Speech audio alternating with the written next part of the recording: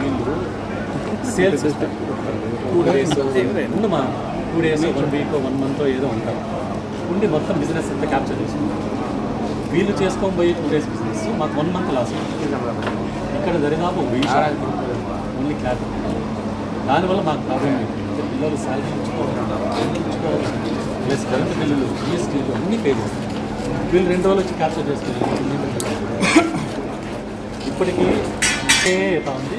మాకు చాలా ప్రాబ్లం. మనకి ఇంటిమేట్ ఎవరు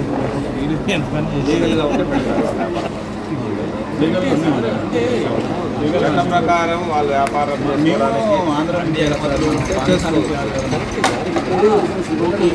అసోసియేషన్ అనేది ఒకటి ఉంటుంది. ఇక్కడ బతికే వాళ్ళు చాలా మంది ఉంటారు. లోకల్లో బతికే వాళ్ళని కాదని ఎవరో బయట నుంచి వచ్చి తీసుకుని వెళ్ళిపోతే మాకు వాళ్ళకి చెప్పున్నా ఒకవేళ ముందే మనకి అనుమతులు లేవు అని చెప్తే వాళ్ళు ఏమైనా అనుమతులు లేదా ఇల్లీగల్ బిజినెస్ కమిషన్ ఇచ్చలేదు సార్.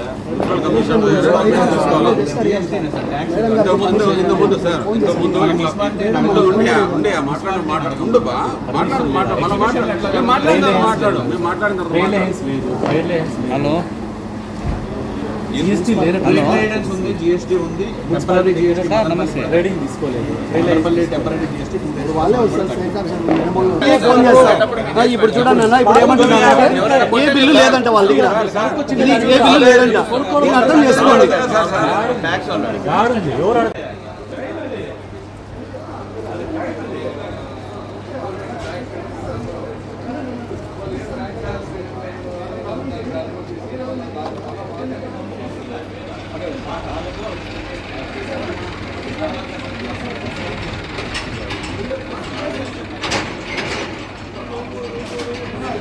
కాబట్టి ఇక్కడికి వచ్చి మేము ధర్నా తెలియజేస్తున్నాం. ఏమనగా మేము ప్రతి ఒక్కరికి చెప్పడం ఏమనగా కళ్యాణ మండపాల వాళ్ళకి ప్లస్ ఇక్కడ ఉన్న చిన్న చిన్న ఫంక్షన్ హాల్ వాళ్ళకి దయచేసి ఇలాంటివి ఇవ్వకండి. మిమ్మల్ని ప్రార్థించి వేడుకుంటున్నాం. మా కడుపాత్రం ఎంత మా బాధ ఉంటుందో అర్థం చేసుకోండి. మీకు మేము ఎంత సహకరిస్తామో మాకు మీరు అంత సహకరించండి. మా కమిషనర్ మేడం కానీలే, మా సేల్ ట్యాక్స్ ఆఫీసర్ మేడం కానీలే, ప్రతి ఒక్కరు విన్నపించేది ఏమంటే మీరు అడిగిన వెంటనే మేము ట్యాక్సులు కట్టలేదంటే మాకు ట్యాక్సులు దాని మీద మాకు ఇంట్రెస్టులు పడుతున్నాయి. అవన్నీ మేము బాధ్యతలన్నీ భరిస్తున్నాం. కానీ మమ్మల్ని ఇంతవరకు అర్థం చేసుకోవడం లేదు. మమ్మల్ని దయించండి, మా మీద దయగలిసి ఉంచండి. చూడండి, మాకల్లా వ్యాపారస్తులు ఎంతో చిన్నపోతున్నాం. ఎన్నో వ్యాపారాలు చేసుకుంటున్నారు.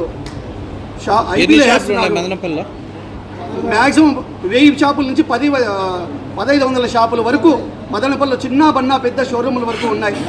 కానీ ఇట్లా ఈ ఆఫర్లు పెట్టడము, మా వ్యాపారాలు దెబ్బతీయడము ఇది నాగరికతగా మారిపోయింది. దీనికి ప్రతి ఒక్క దయచేసి